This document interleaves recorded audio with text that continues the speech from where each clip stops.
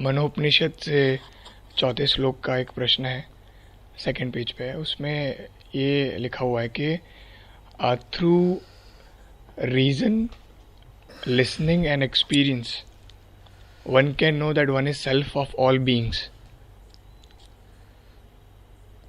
Second page का fourth श्लोक। तो इसमें कौन से रीजन, लिसनिंग और एक्सपीरियंस की बात की गई?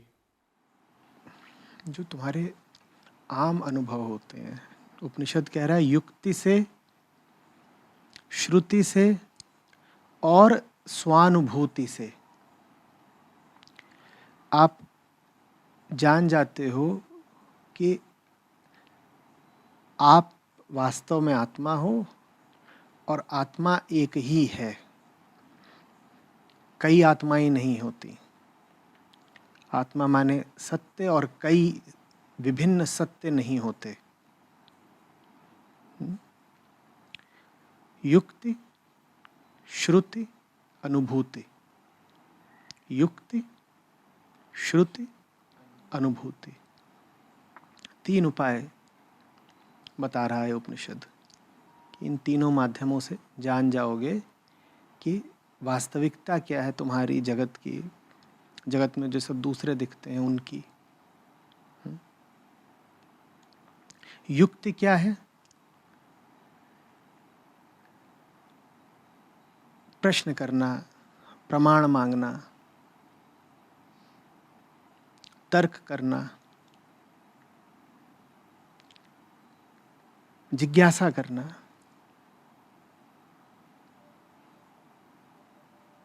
अड़ जाना, आसानी से झूठ से संतुष्ट न हो जाना, ये युक्ति है।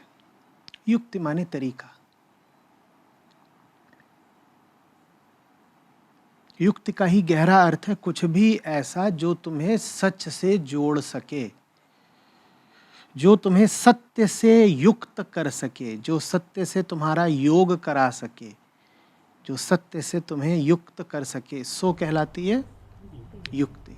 तो सच्चाई जानने की भरपूर कोशिश का ही नाम है युक्ति। कि जो भी तरीका बन पड़े सच जानने का, उसका प्रयोग करो।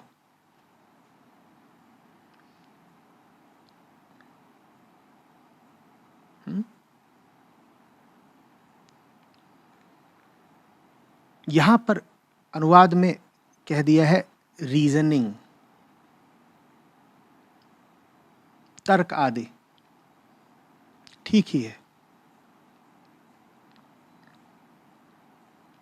तर्क करो ना, पूछो ना बात क्या है।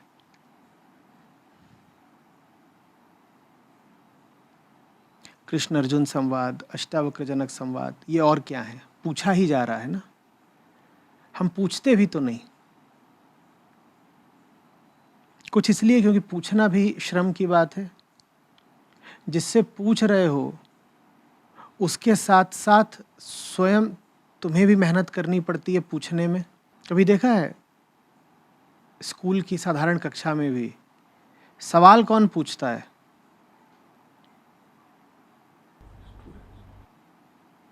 सवाल कौन पूछ पाता है शिक्षक से? जो अच्छे से पढ़ के आया हो, जो तैयारी करके आया है। तो सवाल पूछना मेहनत का काम है ना, इसलिए हम सवाल भी नहीं पूछ पाते। मेहनत कौन करे? जिसको पता ही नहीं है कि कक्षा में चल क्या रहा है, वो सवाल पूछेगा क्या? वो क्या करता है? वो बैठा भी नहीं रहता, वो मुंह छुपा के बैठता है। वो स्वयं तो प्रश्न नहीं करता, उसको डर ये होता है कि कहीं उसको किसी चर्चा में शामिल ना कर लिया जाए, पोल खुल जाएगी। उपनिषद प्रेरित कर रहा है, कह रहा है अपना गृह कार्य करके लाओ। जितना तुम स्वयं कर सकते हो उतना करके रखो।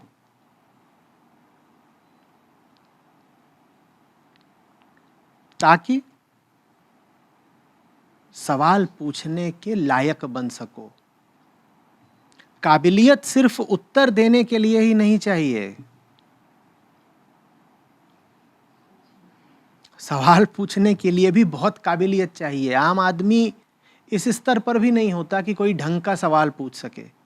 ये तो छोड़ ही दो कि वो ढंग का जवाब दे पाएगा, उसके पास उच्च कोटि के प्रश्न भी नहीं होते।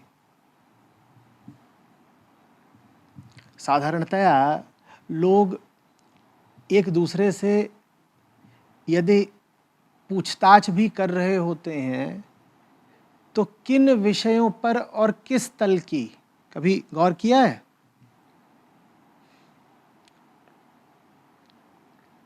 कोई पूछ रहा होता है किसी से कि मुक्ति के साधन बताना,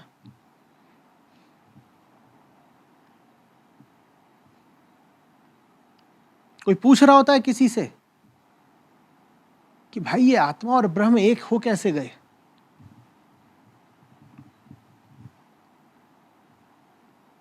कोई पूछ रहा होता है किसी से कि चेतना भौतिक है या पारलौकिक?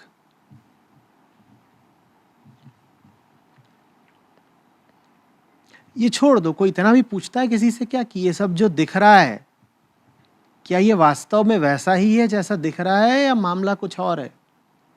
हम ये सवाल भी नहीं करते, हमारी रुचि दूसरे सवालों में रहती है।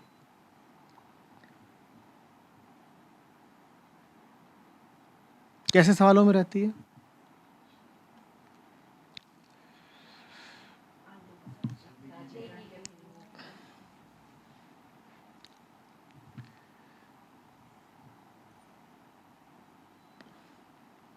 गुड्डी की सगाई पर तुम क्या पहनने वाली हो, उसी के हिसाब से मैं भी कुछ खरीदूं।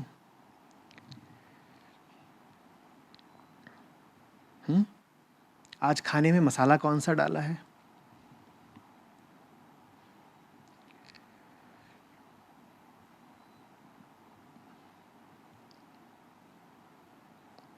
गलत प्रश्न का नुकसान बस ये नहीं होता कि वो गलत है, गलत प्रश्न का बड़े से बड़ा नुकसान ये है कि वो सही प्रश्न को खा जाता है। जिस आदमी की जिंदगी में गलत विषय भरे हुए हैं, उस आदमी के मन में कभी सही उत्तर छोड़ दो, सही सवाल भी नहीं उठेगा। और ये कितनी भयानक बात है ना। एक तो भयावहता इसमें होती है कि किसी के पास प्रश्न है और उसे उत्तर नहीं मिले, और उससे कहीं कहीं ज्यादा भयानक बात यह है ना कि व्यक्ति के पास प्रश्न ही ना हो। हम में से अधिकांश लोगों के पास प्रश्न ही नहीं है, कोई जिज्ञासा ही नहीं है जानने की। हम मृत से पड़ चुके हैं।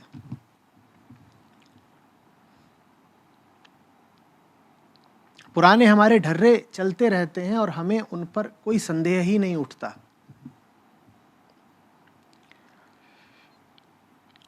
बेवकूफ हम रोज बनते रहते हैं, लेकिन शक हमें कभी नहीं होता कि कहीं कुछ गड़बड़ है, दाल में कुछ काला है।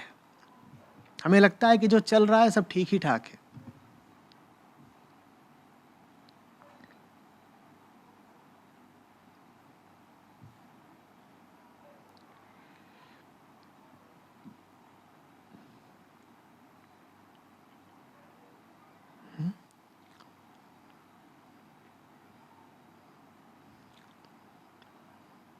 अंतर अवलोकन करना,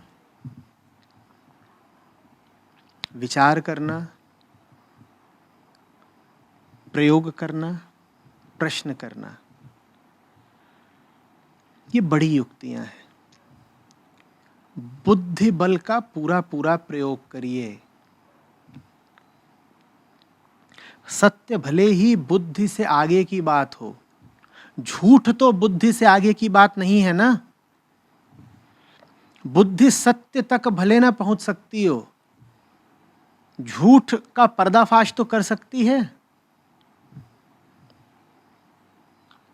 पर आध्यात्मिक हलकों में ये बात भी खूब चलती है कि नहीं साहब, ये तो अध्यात्म की बातें हैं, इनमें ज्यादा अकल बुद्धि नहीं लगाई जाती। तो क्या करना है? आध्यात्मिक आदमी को निर्बुद्धि कर देना है? बेअक्ल कर देना है, उसका दिमाग ही ना चले।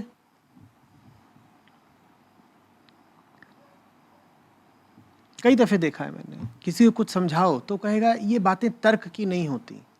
अरे भाई, हर बात तर्क की होती है। तर्क से आगे सिर्फ पूर्ण सत्य होता है, बाकी सब कुछ तर्क के दायरे में ही होता है। तर्क से मुंह मत चुराइए।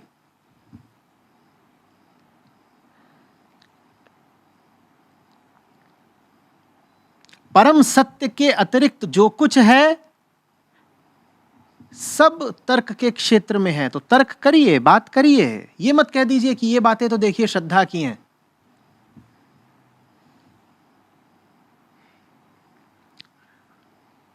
सत्य के अतिरिक्त कुछ भी नहीं है जिसकी चर्चा नहीं की जा सकती।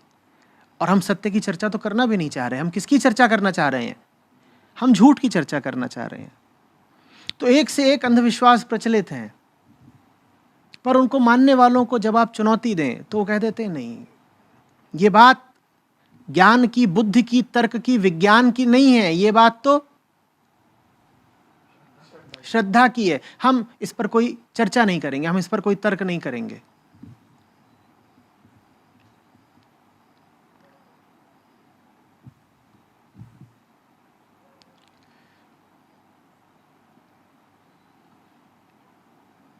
जब कोई ऐसा कुछ कहे तो समझ लीजिए कि वो व्यक्ति अपने झूठ को बचाना चाह रहा है, क्योंकि तर्क काट देता है झूठ को। तर्क भी कई प्रकार के होते हैं। एक तर्क होता है जो झूठ की रक्षा के लिए ही उपयोग में लाया जाता है, उसे वितंडा कहते हैं।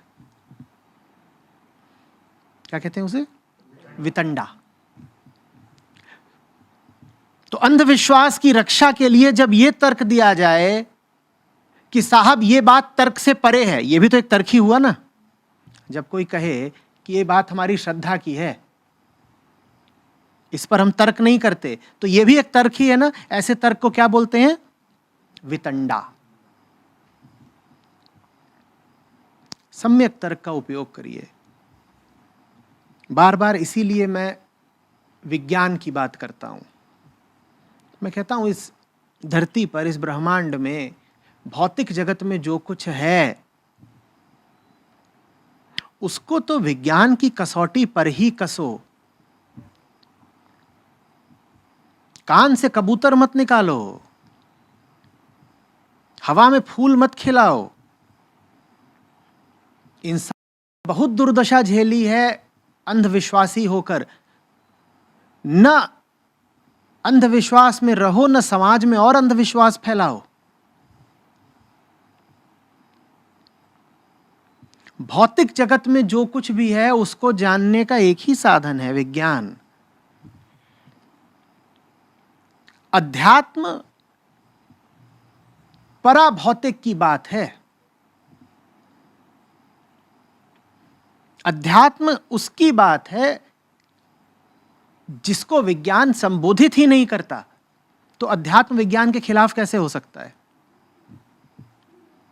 विज्ञान बात किसकी करता है? सिर्फ पदार्थ की। और अध्यात्म बात करता है पदार्थ के दृष्टा की, पदार्थ के अनुभोक्ता की। विज्ञान उसकी बात ही नहीं करता।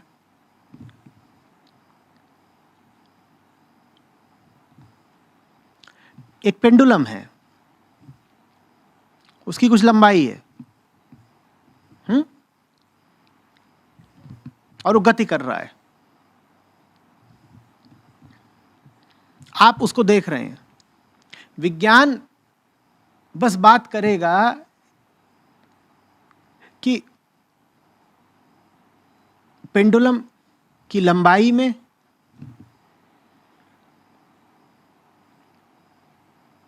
पेंडुलम की फ्रीक्वेंसी में, धरती के गुरुत्वाकर्षण में रिश्ता क्या है। वो ये बिल्कुल नहीं कहेगा कि जो पेंडुलम को देख रहा है वो कौन है। कभी कहता है विज्ञान? बल्कि विज्ञान कहता है फर्क नहीं पड़ता। आप देखें कि आप देखें, बच्चा देखे कि बड़ा देखे, हिंदू देखे कि मुसलमान देखे, आस्तिक देखे कि नास्तिक देखे, पेंडुलम का टाइम पीरियड तो 2π√L/g ही होगा।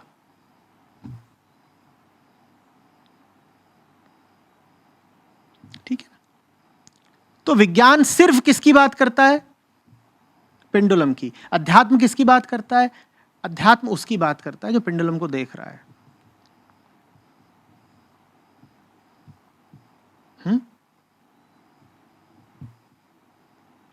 उसका मन कैसा है? जो देख रहा है, क्या वो मोह से ग्रस्त होकर देख रहा है, भयभीत होकर देख रहा है, कामातुर होकर देख रहा है, डर कर देख रहा है, चिंतित होकर देख रहा है, उम्मीद के साथ देख रहा है, धारणाओं मान्यताओं के साथ देख रहा है?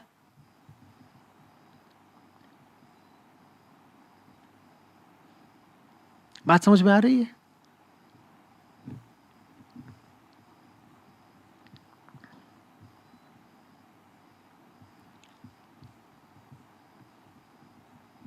अध्यात्म कभी नहीं कहेगा कि मंत्र मारेंगे तो पेंडुलम की गति की दिशा पलट जाएगी, या कि अमावस की रात को पेंडुलम की फ्रीक्वेंसी बदल जाती है।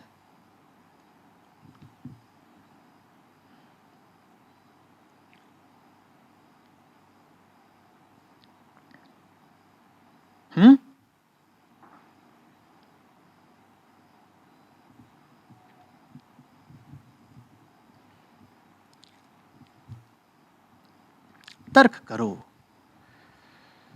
पूछो।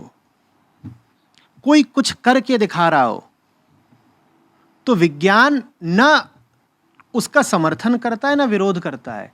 विज्ञान बस ये कहता है कि आप जो घटना दिखा रहे हो अगर वो वास्तव में हो रही है तो फिर वो निरपेक्ष होनी चाहिए, न वो प्रयोगकर्ता पर आश्रित होनी चाहिए,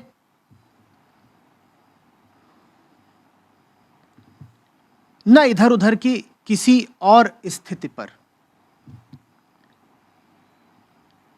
आप कुछ करके दिखा रहे हैं, मान लीजिए आप कह रहे हैं मेरे पास एक जादुई छड़ी है, इस जादुई छड़ी को जब मैं सेब की ओर दिखाता हूं तो सेब का रंग बदल जाता है। विज्ञान बिल्कुल इनकार नहीं करेगा इस बात से। विज्ञान कहेगा फिर वो छड़ी किसी के भी हाथ में हो, सेब का रंग बदलना चाहिए ना, क्योंकि बात छड़ी और सेब के बीच की है। ठीक, आप कह रहे हैं छड़ी दिखाने से सेब का रंग बदल जाता है, तो बात किसके बीच की है? सेब और छड़ी के बीच की है। फिर आप ये तो नहीं कह रहे हैं ना कि मैं जब छड़ी दिखाऊंगा तब बदलेगा। तो लाइए साहब छड़ी हमें दीजिए, हम दिखा के देखें बदल रहा है क्या। और इतना ही नहीं, मशीन भी छड़ी दिखाए तब भी बदलना चाहिए ना। तो देख लेते हैं कि क्या अगर मशीन भी छड़ी दिखाए तो बदल रहा है। और अगर यह दिख जाता है कि नहीं, मशीन जब छड़ी दिखाती है तब तो नहीं बदलता, हाँ इंसान जब छड़ी दिखाता है तो बदलता है, तो फिर ये इंसान की करतूत है, इसमें छड़ी का और सेब का कोई लेना देना नहीं है। ये तो इंसान की चालाकी है, ये तो इंसान कुछ घपला कर रहा है।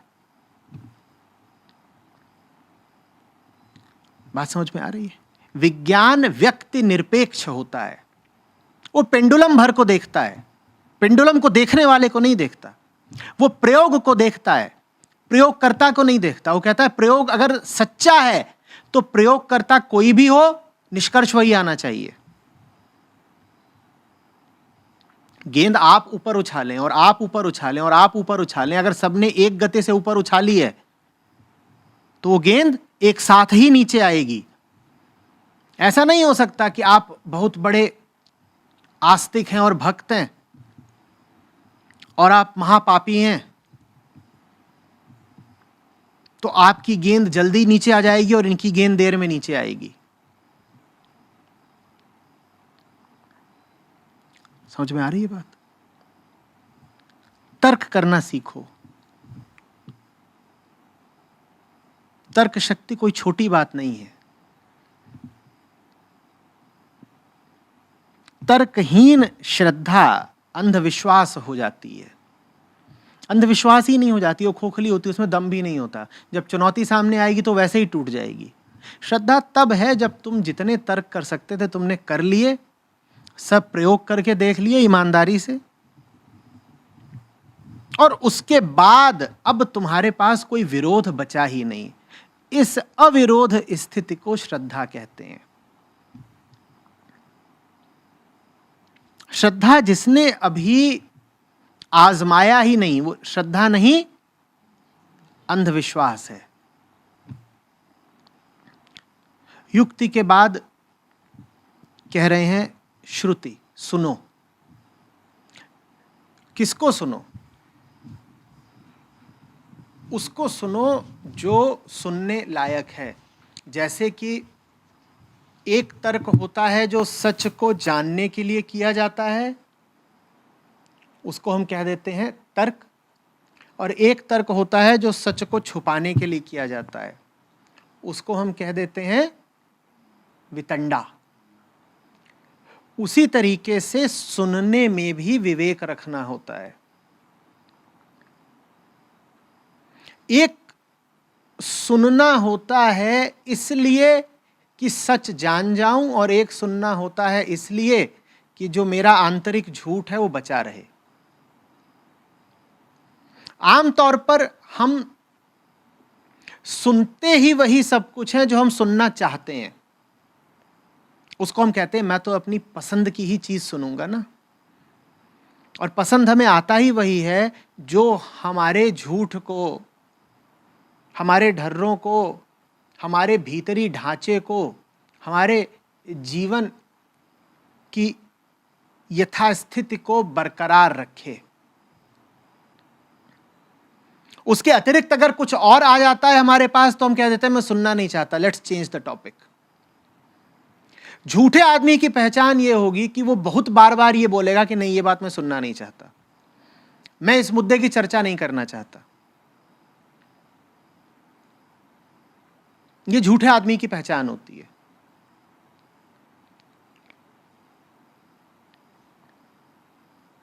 सच्चा आदमी किसी भी बात पर घबराएगा नहीं। वो ऊब जरूर सकता है, वो ये जरूर कह सकता है कि इस बात में रखा क्या है जो इतनी बात कर रहे हो। लो जो बात है साफ साफ बताए देते हैं, स्पष्ट है, प्रकट है, जाहिर हो गई, अब छोड़ो ना। कोई ऐसी बात करें जिसमें सार है, पर वो किसी मुद्दे की उपेक्षा नहीं करेगा, घबरा के नहीं भागेगा।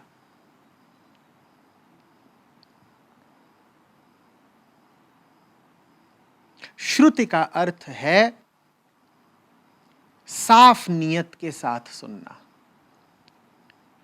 भारत में सत वचन सुनने को ही श्रुति कहा गया। सारा वैदिक साहित्य कहलाता ही श्रुति है। तो श्रुति माने ये नहीं कि पड़ोसी के साथ व्यर्थ चर्चा कर रहे हो, बकवास, गॉसिप, उसको नहीं कहेंगे। कि आत्मा को जानने का तरीका उपनिषद ने बताया था श्रवण, तो हम क्या कर रहे हैं, इधर उधर की बकवास सुन रहे हैं। श्रवण ही तो है, उपनिषद ने कहा था ये सब सुनने से आत्मा की प्राप्ति हो जाएगी। आमतौर पर हम जो कुछ सुनते हैं वो हमारे लिए आत्मघाती होता है। क्यों? क्योंकि हम सुनते ही वही हैं जो हमारे झूठ को बचाए रखे। झूठ के लिए बहुत आवश्यक है कि सच का शब्द उस तक न पहुंचे।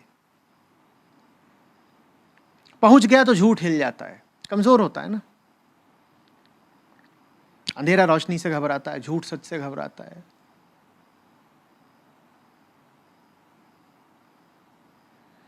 सच सच को झूठ नजर ही नहीं आता है तो घबराएगा क्या। और झूठ हर समय खबरदार रहता है कि आसपास कहीं सच तो नहीं है, और जरा सी उसको महक आ गई सच की, सर पे पांव रख के भागता है, कहता है नहीं नहीं ये बात नहीं करेंगे, कोई और बात करो, ये बात हमें पसंद ही नहीं है।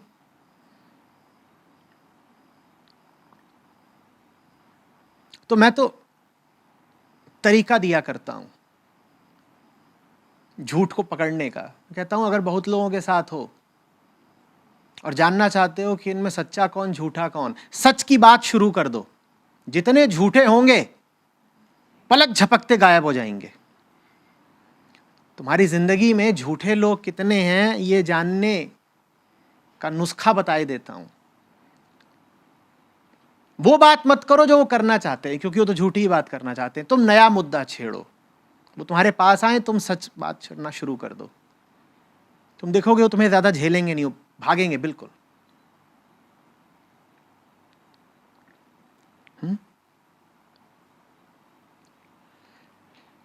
झूठ के लिए सच एक खतरा होता है, सच के लिए झूठ बस एक मजाक।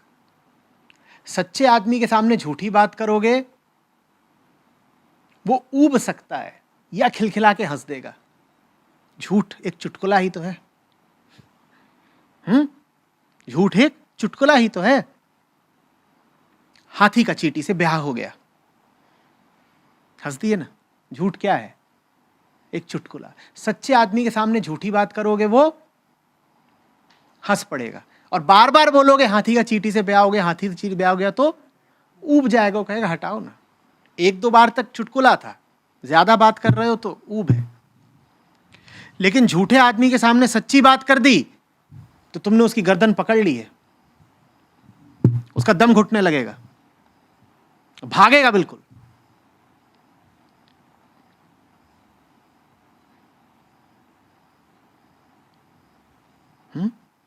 श्रुति माने वो वचन सुनना जो तुम्हारे झूठ को काटता हो और सच के पास ले जाता हो। हर बात सुन लेने को श्रुति नहीं कहते, हर बात सुन लेने को श्रवण नहीं कहते। श्रवण तो उपाय है समाधि की तरफ जाने का।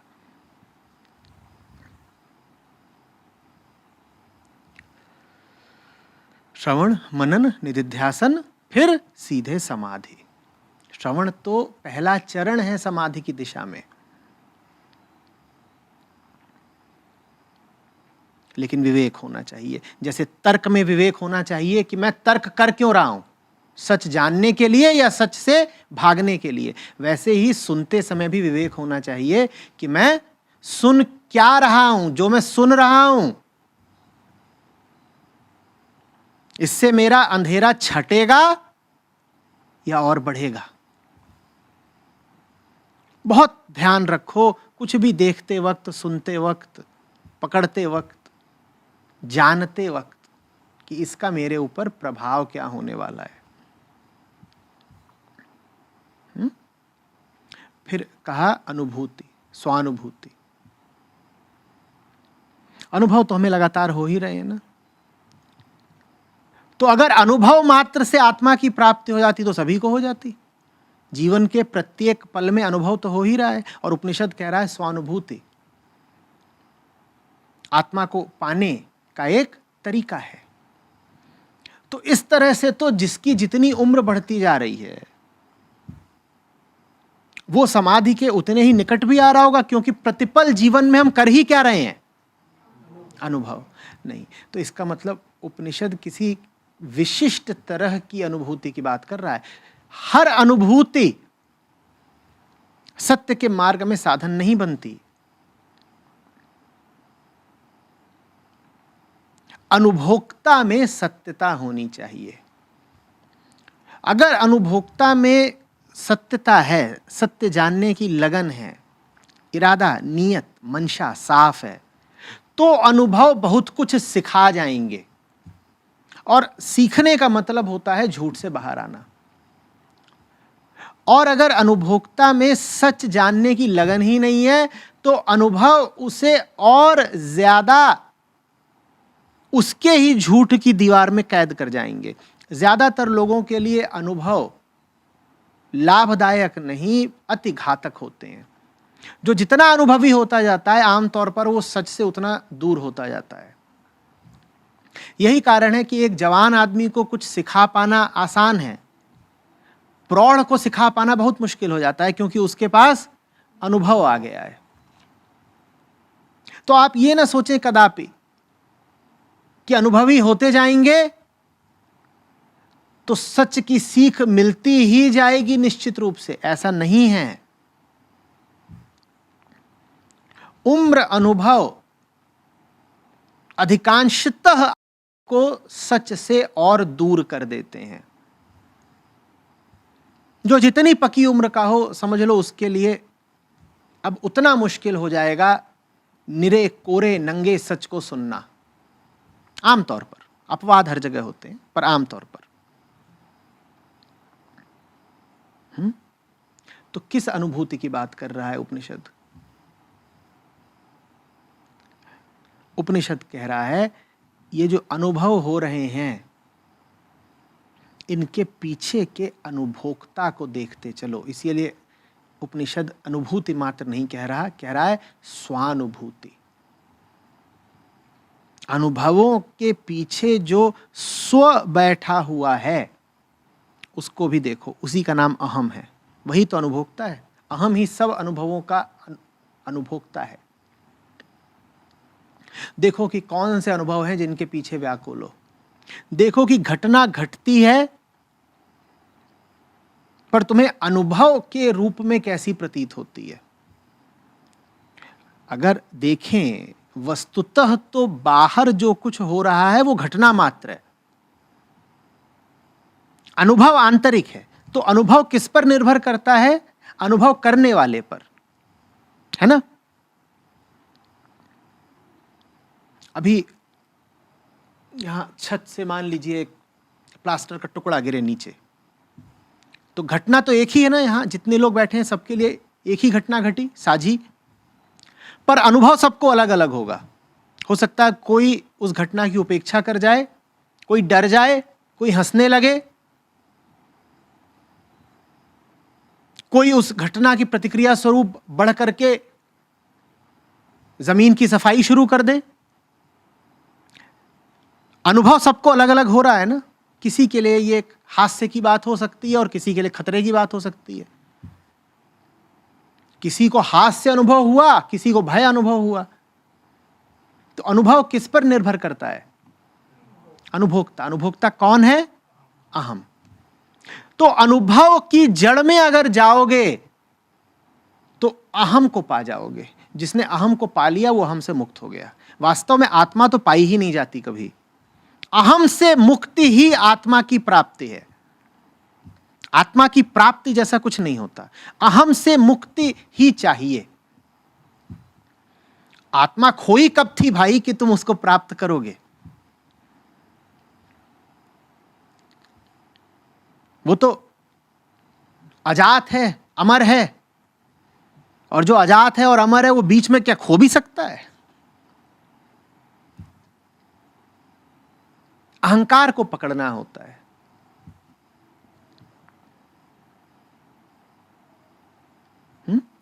कैसे पकड़ोगे अहंकार को? अपने सब अनुभवों के प्रति सत्य निष्ठा रखकर जो कुछ हो रहा है उसको गौर से देखा करो। दरवाजे पर घंटी बजती है, मैं चौंक क्यों जाता हूं?